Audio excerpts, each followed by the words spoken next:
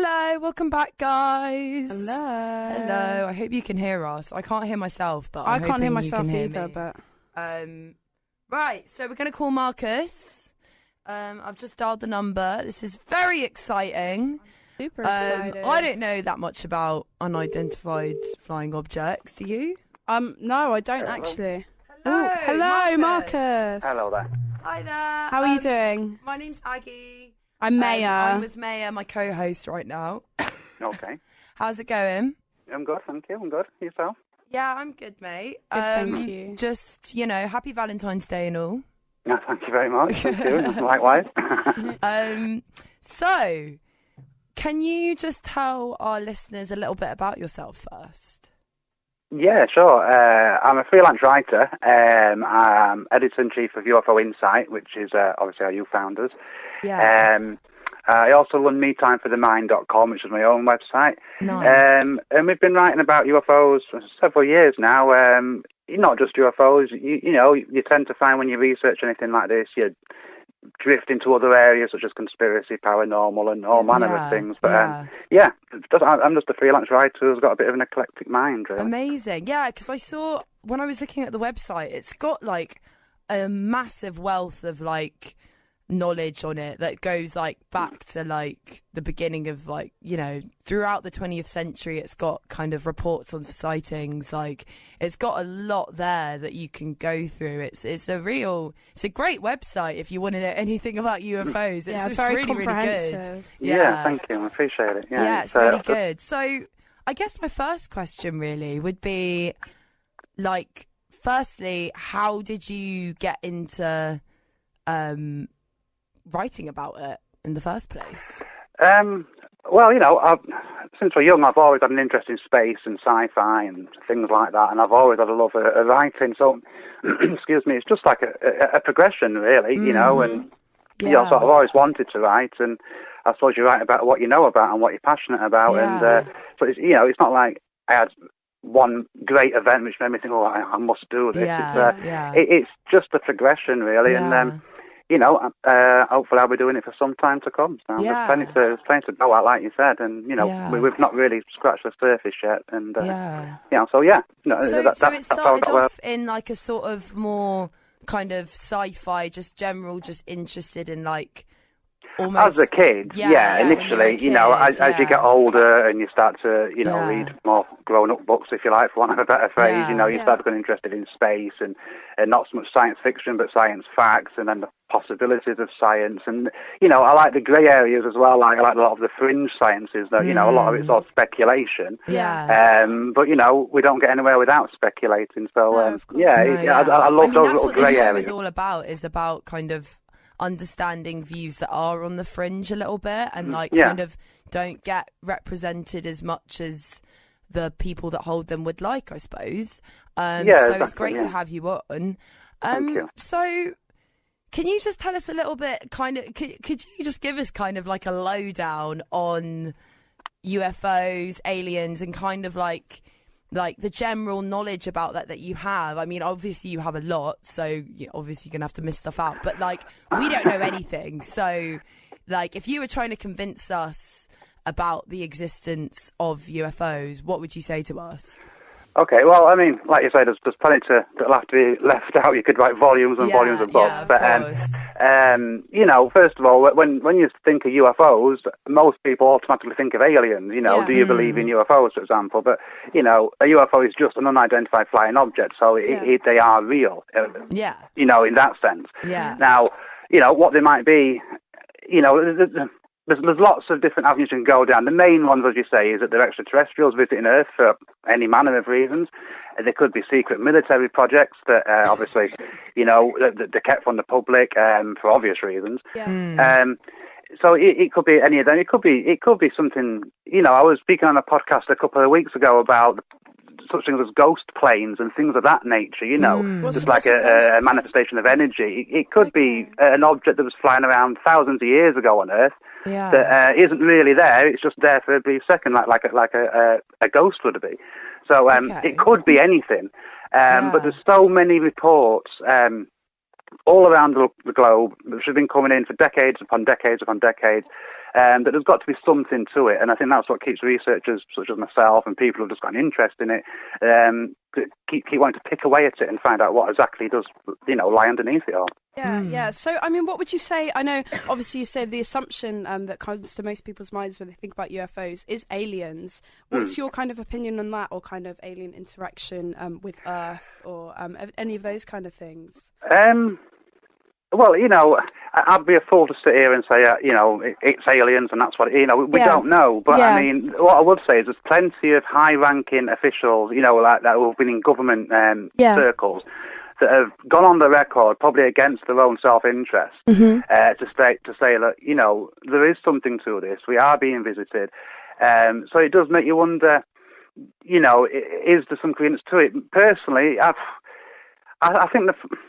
I think it's more likely that there is than that there isn't. And that's not to say that there's aliens wandering around. It could be that aliens is some kind of cover for a government conspiracy, for example, some kind of alien abductions. As I say, trying to fit it all into a few minutes is really difficult. Yeah, of course. There's so many different things. Yeah, absolutely. Yeah, and that's why it's so interesting. But this kind of thing, we tend to think it goes back to the middle of the 20th century with the Roswell crash. But it could have been going on for thousands and thousands of years if you're interested in such things as because it's interesting that there's like a sort of a coincide with, because obviously, it makes you think that if there were extraterrestrial aliens or coming, then it would have been happening for a while. But it's interesting that people have been seeing unidentified flying objects probably for years and years and years, before the 20th century. But and it's gone interesting that only in the 20th century has it become more about aliens. And I wonder if that coincides with the technology boom of the 20th century when we started going into space. Do you think there's sort of a kind of a correlation there? Yeah, probably. I mean, as you say, I mean, when Roswell happened, for example, in the late 40s, just after that was a big boom in science fiction anyway. And as you say, there was talk of going into space or sending things from the Earth. So, yeah, there was definitely more of an interest in the population, and people were looking upwards, if you like, more than they would have been. But if you say this has been happening for thousands of years, for example, if you look at some of the biblical writings, talk of angels and demons, that just could be another interpretation of aliens. You say, it takes on the surroundings of the time. So, but I would say you'd be silly to say there isn't a correlation between the two. Yeah. Just on a little tangent, the technology is interesting because there are some conspiracies that suggest from that Roswell crash was recovered alien technology, and that's why the boom in technology in the 50s really happened. Again, it could be coincidence. Right, Probably I see what you're saying. Another interesting little avenue to explore. Yeah. Just for our listeners, could you kind of explain the Roswell crash? Yeah, I mean, basically summer of 1947, so it was July time, I believe. I don't know the exact date. I can, find that for you in a second. Yeah. But no, something came down in the desert in Roswell, New Mexico. Yeah. Plenty of people, witnesses, said that they saw it was a disc that crashed. They saw wreckage.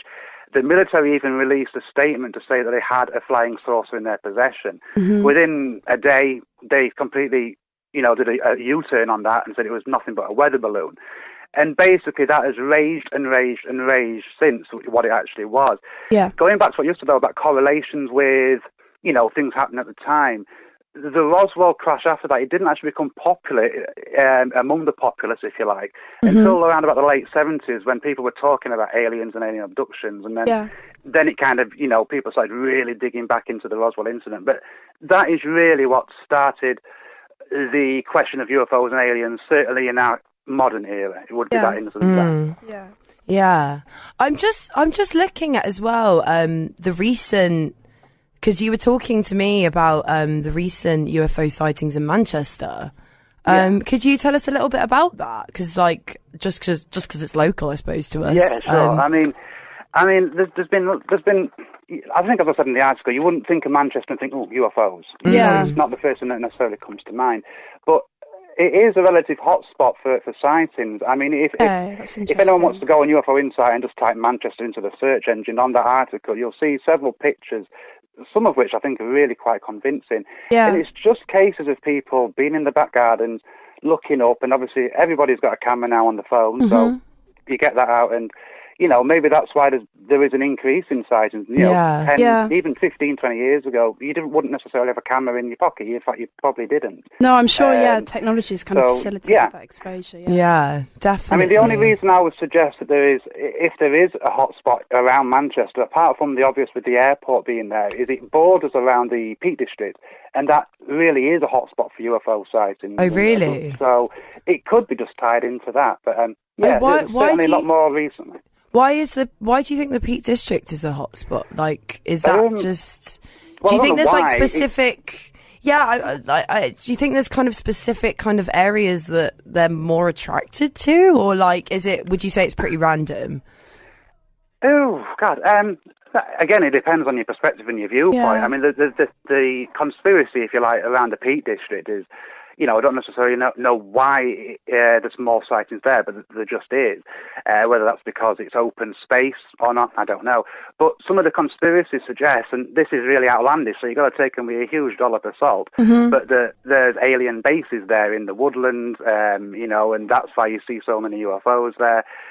Whether that's true or not, again, you've got to take that kind of thing with a pinch of salt. But it's something that, if we're going to look at the weird and the wonderful, then you've got to look at it all and not just cherry pick what's most likely or what you think's most likely. And I think that's the reason why people concentrate on that particular area. Yeah, and part of that speculation is kind of involving the more outlandish suggestions towards it, which is something that obviously wouldn't really necessarily go on in the kind of more mainstream interpretation of it, which is really interesting. Yeah, I mean, do you have a kind of way of like differentiating between reports of sightings that you think are real and ones that you don't think are real? Just like you would do anything else, really. I was speaking to somebody a few weeks ago on a podcast about fake news, for example, which is everywhere now. Now, in the UFO circles, for example, researchers kind of accept that within the genuine information that's passed along, and whether that's through documents or however it's done, you're going to get a lot of disinformation. You just got to accept that that's just how it is, in this field. So I suppose it's just like watching the news now, really. It's just, you look at what's been said, you probably look at, the angle is, has this person got something to gain from this? Do they look like they're looking to gain financially? And things like that. And then just common sense, Yeah. I mean, I was reading one of those Manchester ones, for example. I was reading through it before we started speaking, and one of the sightings said that sheep exploded after this UFO took off, which, it makes you think, well, did that really happen? Yeah. And then you hear other ones where it's just a nuts and bolts object in the sky. I saw the video. I saw the video of the like the UFO kind of thing in the sky, and it did look like, I recommend everyone to look at Marcus's website, ufoinsight.com, because there are quite a lot of videos on there which you think like, I mean, I suppose someone could fake it, but it's also like looking at why would there be motivation for that? Why would someone do that? And that particular video, like, it didn't look like anything. No, it didn't look really like a shaky, plane. It didn't look like a. It didn't really look like a drone. I don't know. It just looked like something that you couldn't really quite define. Unidentifiable. Basically, there we go. Some videos out there which you look at, and they look like they've come straight out of a sci-fi movie, and you can just pretty much discount them straight away. And and it doesn't do it does basically UFO researchers a disservice. Yeah. But some of those ones like that, where it's really hard to watch and it's a bit grainy and blah blah blah, they're the ones you probably should be looking at, in my opinion. Yeah. I would like to ask Marcus, how do you kind of get in contact with other people who send you this kind of information? Is it all kind of online? How do you kind of like build this network of other people who are really interested in researching this too? Did you say how do I get hold of this information? Yeah, no, sorry. How did you kind of build a network of other people that are interested in researching this and want to provide this kind of information? Just through writing about it. I mean, I started my own webpage before I started working as a freelance writer full time, and so you just start writing, people maybe comment on stuff, and then I started working for UFO Insight, and so it's just a case of finding like-minded people, really, like you would in any other field. If you're into football, for example, you drift towards people that are into similar interests as you. Yeah. Now, when you're writing about it and trying to research it, then again, it's the same thing.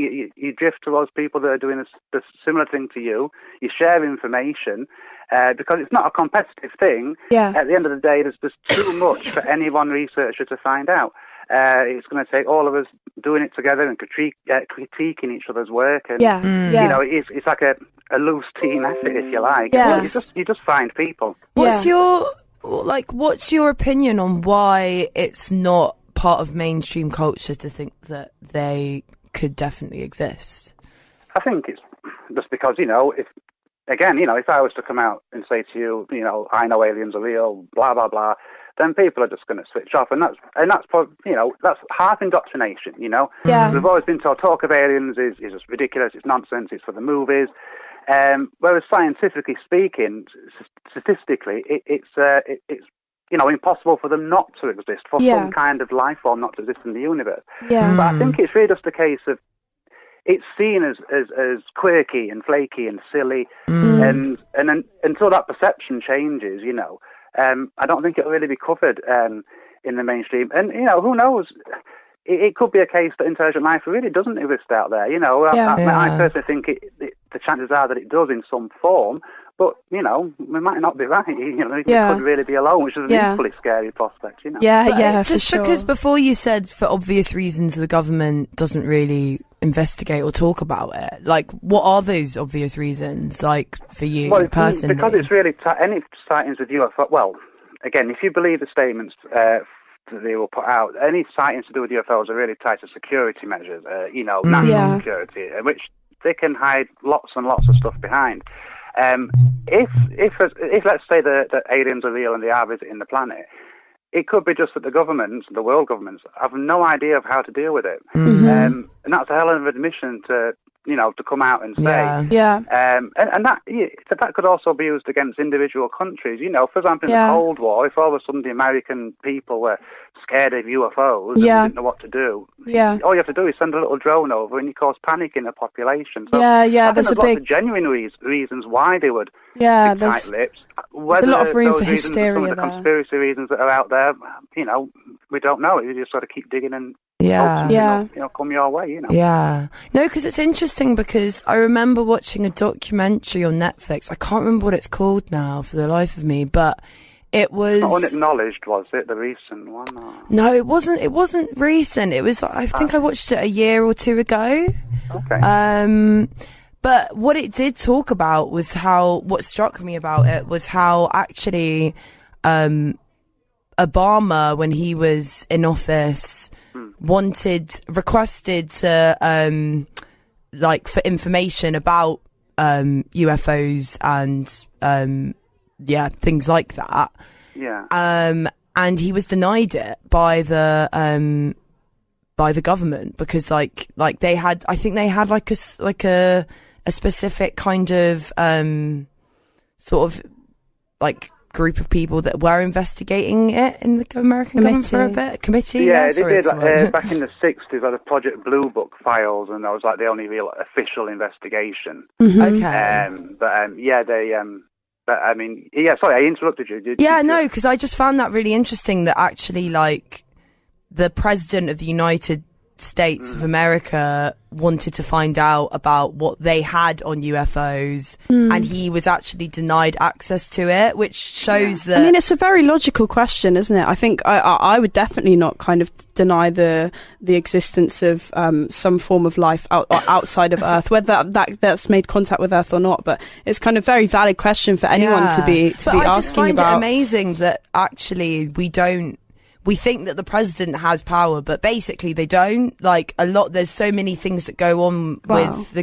particularly in the American system. within the American system, like, it just shocks me that he could not actually find out about it. And that made me, give reason to think maybe there is something fishier going on, or maybe it is just a massive security thing, or I don't know. But, it's just crazy that, there's definitely, things going on within the American government regarding it, which they're definitely not telling the public. Whether it's actually about real aliens on Earth, I or don't know. The opportunity for that kind of hysteria, which exactly. is a very, very good point. Yeah, like, but then also, like, obviously there's a conspiracy about it, like, creating the idea of it to create kind of a subsection of people that look crazy, so it seems like a crazy idea when it actually is a genuine, like, possibility, but they've somehow managed to make it seem crazy. I mean, what are your thoughts on that? No, I think you're exactly right. I mean, I think things of that nature, like you say, when you've got the President of the United States who, you know, seen as the leader of the free world, for example, and you can't get access to this information. There's a couple of things there, isn't there, really? First of all, you know, there's this denial that this information exists, yet he's just been denied access to it. It's not like, you know, sorry, so it doesn't exist. And secondly, this is where these conspiracies really stem from.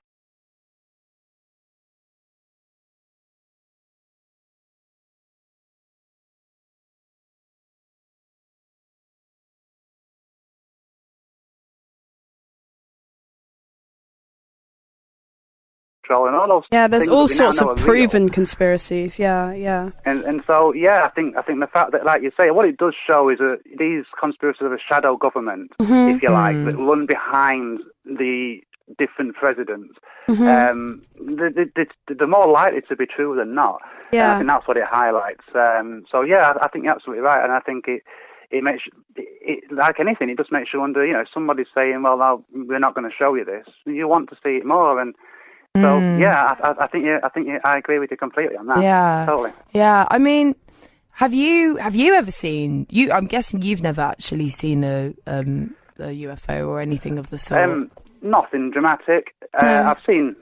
You know, I was in the garden once in the sun. We were looking for meteors. We just went out by chance, and what we saw was a star. Thought it was a star. It kind of zigged there, and then it zoomed there, and then it zoomed off. And it was really calm. You know, did you see that? Yeah, I saw that, and then it went in. So I'm saying that kind of underwhelming. So no, nothing dramatic, nothing that I'd want to go and shout about. But you know, it's interesting what it could have been. Who knows? It could have been some kind of illusion, you know, optical illusion. But it was something strange anyway. I guess, like you say, there's so much potential for this kind of, especially kind of more secretive, potentially military operations and things like that, that could kind of go towards the explanation of that kind of thing. So it's very difficult to place where the incidents come from. Yeah, I mean, do you feel like in your lifetime you will kind of get to the bottom of anything, or do you think it's just sort of something that you'll just be happy to just continue, just like finding? Well, I mean, I'll certainly be happy just to continue writing it, because, you know, even if that problem was solved, if you like, or, you know, an answer was found, there's just so much else anyway to look at. But I was thinking about this today, bizarrely. I don't know, because I wouldn't imagine if there is a secret being kept by governments around the world, they wouldn't just suddenly decide to, you know, let's just tell the truth. They'd never be trusted again. I think there would be a lot of people that would be quite enraged. And, you know, it's not really in their self-interest, even if they wanted to come clean. And you know, again, if there's an alien presence here, if we've gone all this time trying to conceal it, if there are, as outlandish as it sounds, aliens walking amongst us, why would they suddenly... I was speaking about this, if there is going to be some kind of end game, you would almost think it'd be an ominous one, you know. For example, the alien abduction phenomena. Now, this is an outlandish suggestion, but the guy who made it was, you know, he's a university professor. He was very well respected, and again, kind of put his neck on the line against his own self-interest. And he studied loads of these alien abductions and came to the conclusion that what was happening was it was almost like a takeover of the planet through hybridization, and that's why the experiments were taking place. Now, again, most people hear that and think, and they just move on. But this was a very serious chap, a chap called David Jacobs. And again, when you got really serious people saying this against their own self-interest, they're going to be ridiculed. It kind of makes you think, well, maybe we should look at this a little bit. Wait, so, sorry, go back a bit. When you were talking about hybridization, could you explain that a little bit? Well, what the guy was saying, I mean, you know, I'm literally just paraphrasing and just putting together, you know, what from memory, but what he was basically saying is these abductions, they were happening because the aliens, the grey aliens, if you like, that his research suggested that they couldn't breed themselves for whatever reason. And so his research also suggested that the vast majority of alien abductees were female. 7 out of every 10, something like that, were female victims. And so there was always experimentation around the womb and sort of like reports that they felt that they were pregnant and had fetuses removed. Reproductive and so he put all this purposes. together and thought that the only reason this was happening was to almost take over the planet from within, which sounds absolutely bizarre. I understand that, but that's what his conclusions were. And, you know, if there is alien abductions happening, it makes more sense that it would be for a scenario such as that, rather than just to teach us to be a better race. And I mean, unless it's the case that they're just kind of just making contact, which I guess if the same thing was to happen the other way around, I'd hope that this country would want, or this planet would just want to gain. If there are aliens, I would love to meet them. I think most people would. I mean, there's that thing that there's going to be a panic, but I don't necessarily think that's true. But then again, you know, there's also the other side. We have this notion that they're going to be friendly and that they're going to teach us all manner of things. And if there were aliens out there, they might do that. But there could be that other case where, you know, think about how we might be if we went into space. And, you know what I mean? It could be a situation where we're nothing to them. I mean, just on a little tangent, you know, why are they coming here is a lot of researchers suggest that we literally are an experiment. You know, thousands and thousands of years ago, the planet was seeded, or there was hybridization of the like a hominid with their genes, and then they're coming back to check on us and progress and what we've done. And it's an interesting and scary. That is a really interesting. That's really interesting. View. Is that a view that you subscribe to? Or is that just kind of? That, to be honest with you, again, you know, I'm open to all suggestions, but that would make a lot of sense to me personally. Because, like you say, why would an alien race, if they could travel through space, unless they'd figured out a way to do it where you can do it just like that, why would they come all this way for no reason? And there's obviously a reason they would do. And if we accept that there's alien accounts of alien visitation throughout all the ancient texts which are there, but they've been worded as angels, or, you know, how many biblical texts speak about people coming down from the sky. You know, so if you subscribe to that, and that God or the gods were aliens, then it would make sense. It can explain a lot of other phenomena. That's what I actually think, but but it's a theory that you could consider. Oh yeah, there's certainly loads to delve into on that, and it's something that very much interests me, because really it wouldn't surprise me if that was the case. I mean, it's a similar thing. I've got actually a guy coming on next week to talk about simulation theory. And it's a similar kind of thing of this idea that we don't actually have the control that we think that we have, and our world is constructed. And our world is exactly. It's nothing's just actually by accident. Like, there is like kind of an underlying reason for everything. But I mean, it does make you think though. Like, I suppose I guess with the idea that like aliens would have created this kind of world that we live in. I don't know. I feel like I don't know. I'm just kind of thinking about it now. I'm just literally like really considering it. Like, I don't know. Wouldn't they want to sort of, I don't know, chat to us? I mean, but if the idea is that from our conception, we've been almost an experiment, and then they don't want to make their presence known.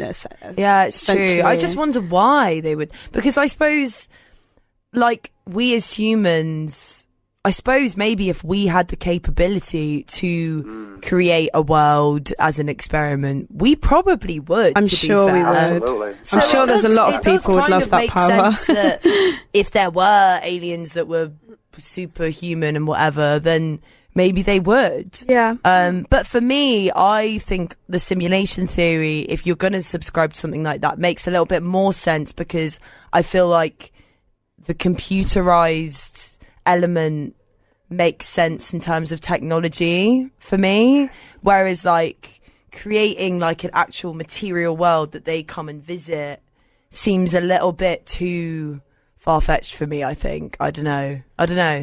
What are your thoughts? I'm with you. I mean, the thing about the simulation theory, like you say, say if there's somebody controlling us or some force or whatever controlling that, our environment could change daily and we wouldn't even be aware of it. Do you know what I mean? Yeah. We could be living different lives every day at the whim or whoever is in charge. Yeah. The other thing that's interesting is, I always come back to on this about what is reality. David Icke explains this really well, whether you subscribe to all his thoughts or not. He explains this very well, where he says, it's just like a radio frequency. You tune into one broadcast, but all the other waves are happening around it. They don't just cease to exist, and you have to tune into them. And when you tune into another one, that wave that you've just been listening to is still there. So it makes you wonder what is all around us. And when you realise that our eyes can only see a small, tiny spectrum of a piece of the visual spectrum. Yeah. There could be stuff happening all around us that we just really have no ideas even. Yeah, we're completely oblivious. It is a very interesting thing. Yeah, no, it is really interesting. I mean, in general, do you ever get quite like, is that something that kind of excites you, or is it something that kind of, because we had a flat earther on one week. Yeah. And like what we kind of got from him, what he kind of said to us was that the fundamental reason why he had his beliefs was because he didn't want to feel like alone in the world, basically. And like the idea of space to him made him like us feel kind of insignificant. Yeah, yeah. And I'm just wondering if there's any sort of like, it's almost like a polar opposite, really, though, isn't it? Exactly. Because I said to him, I find comfort in the idea that the kind of universe is so vast and so unknown that our actions are actually almost insignificant in the grand scheme of things. And this kind of idea of like something so much wider than ourselves, it gives me that sense of freedom. And he was saying the opposite and said that he felt insignificant if he wasn't kind of created. But I wonder if that kind of comes into it for you, if you do feel like there's a sense of freedom in knowing or in believing that there might be something so much bigger out there. Yeah. I don't know. To be honest, it's something I've not really thought about. No. I think, it's quite deep. To be honest, no, it's a fine question. I think just me personally, God, I can find something interesting in anything. So I just want to find stuff out. Yeah. So it's so if it turned out that we were all alone, and how we'd ever prove that, I don't know. But if that was the case, for sake of argument, I don't think it'd affect how I thought about you life. Just like to. It would to a degree, but not in a way I wouldn't imagine that it'd make me feel detached. Do you know? I just want to find stuff out. And like you say, I mean, realistically, we've only got unfortunately a short lifespan. We're not going to find everything out, but I just want to. Really, what drives it for me is just a thirst for knowledge, just basically. Yeah. I mean, I can appreciate where the guy's coming from, though, completely. And I bet there are people that get into, it can be anything, whether it's UFOs again, or football, or whatever the thing is. Yeah. You gravitate towards things for drastically different reasons. And the fact that you're looking, you don't want to be alone, or I don't think that's a unique thing. I think he's very much not alone in thinking that. Yeah. No, I'd say that's definitely a motivation behind a lot of. I mean, I'm sorry, I'm just looking through as well, through your website, Marcus, and you mentioned David Icke, and I see you've got an article about reptilians as a case study. Do you want to speak a little bit about that? Just because I've always heard about that and I've never really understood it, and I'd like to. And I see that the hybridization thing is kind of connected to it. It's kind of key to it, really. I mean, Icke isn't alone in it. There's a lot of other researchers that say it, but it's one of those things when you hear about reptilian aliens, you roll your eyes, and possibly rightly.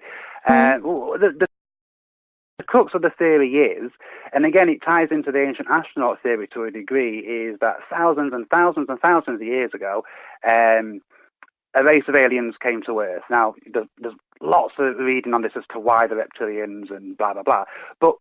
And some people call them the Anunnaki, which you want to research, if you start with that, is a great place Anunnaki. to start with. Yeah, ANUNNUKI. Okay. Now, the reasons they came to Earth, according to the legends that have been transcribed from old texts, is that they were searching for gold, mining for gold. Not in the sense that we would. They wanted it for space travel and properties of that nature, according to them. And they created humans as a slave race to do this for them. And eventually they kind of retreat into the shadows, these space aliens there, and they were like, again, going back to they were the gods of ancient times. Yeah. And Ike's theory is that this race of gods, if you like, is continued throughout the centuries through bloodlines, which you can trace. It's factually correct in lots of these things that you can trace from right down from ancient Egypt, right the way through European royal families and into the presence of the United States. When you say bloodlines, sorry, what do you mean? Like, well, literally, you know, the royal families of ancient Egypt, you can trace them right the way through to our modern times, and they've always been in positions of power, whether that's the royal families of Europe or whether it's just influential political families. You know, you can imagine the family names that are connected to banks, for example, which I don't need to mention. So that's his thing. But he also, with the bloodline, you see, he says that this bloodline, within this bloodline, sits a reptilian race, which are basically a shapeshifter reptilian race, which control everything on the planet.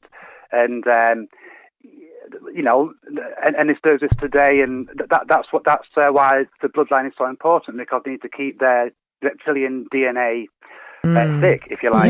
Now, again, that's about as outlandish as you can possibly come across. And it's certainly so when you try to squeeze it into a few minutes. It's an intriguing theory, if only because when you go back into ancient times and ancient writings, there is constant references, to serpent gods and serpent kings and serpent people.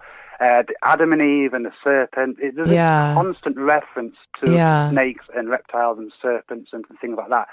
So it makes you wonder. I don't know if I subscribe to it as such as there are literally like reptilian aliens roaming around like V. Whether there's actual bloodline though that may contain some kind of alien DNA, well, that's a different matter. If you look at things such as, I forget the pharaoh's name, I think it's Himantop or something like that. But they did some DNA on this guy, you know, his mummy, and they discovered some DNA there that it wasn't human. They're not saying it was alien, but they couldn't place it. And so it makes you wonder if parts of these wild theories are true, that maybe there was some kind of event in the past, maybe the gods were aliens, and, you know, maybe the bloodline literally exists, but literally just through descendancy as opposed to, you know, the Queen's lizard sort of thing, you know. It's a while, but then again, you know, it's worth checking out because it's not as crazy as people think. You know, it needs to be taken with a pinch of salt at the same time. No, I think it's a very fair thing to kind of, it's kind of just like fundamentally like trying to analyze why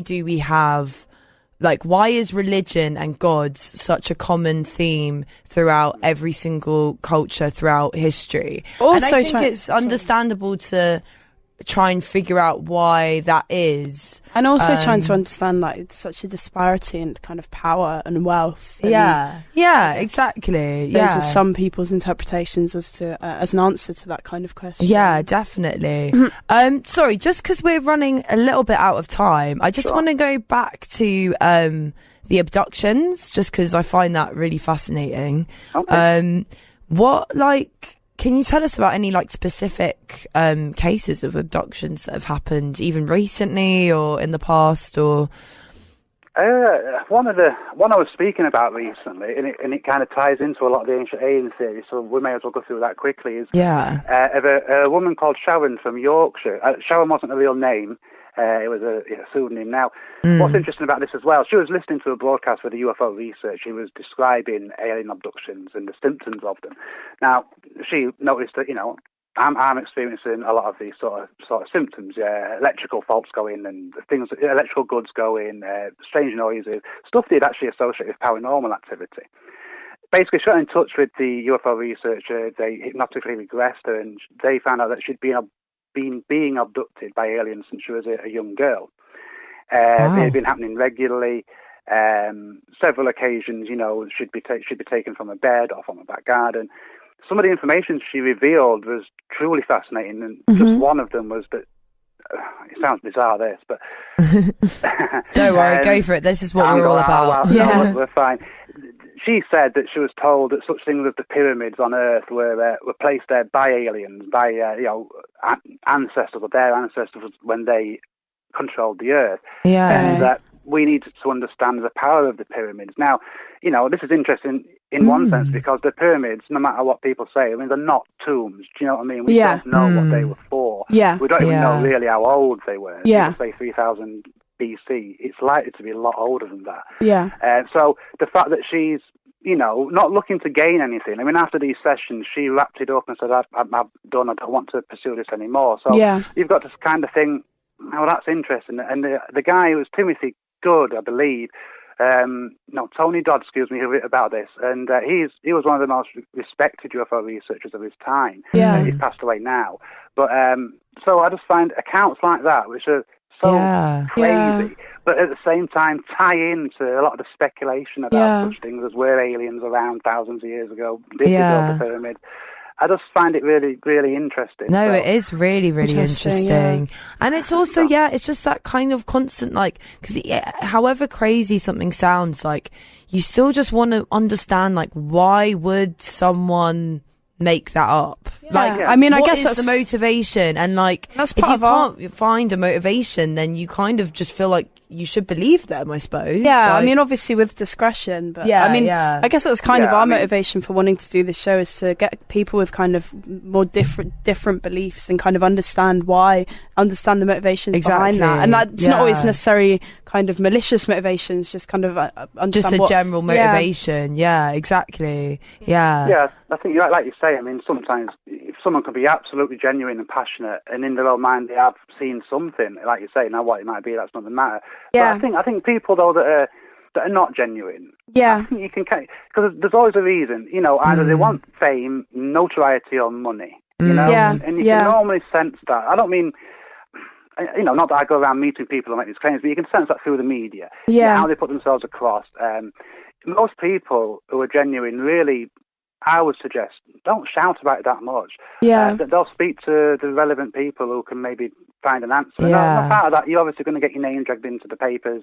It is sensationalised and et cetera, But like you say, I think at the very least, you owe it to people, if you're going to research this sort of stuff, to truly research it and not just go in with a frame of mind of, they're crazy. Because you just don't know. And if I was thinking about this today, if it happened to you, what would you do? I mean, exactly. I don't think I'd go down from the true. rooftops, I think it'd be something I would keep quiet about for quite some time. Definitely.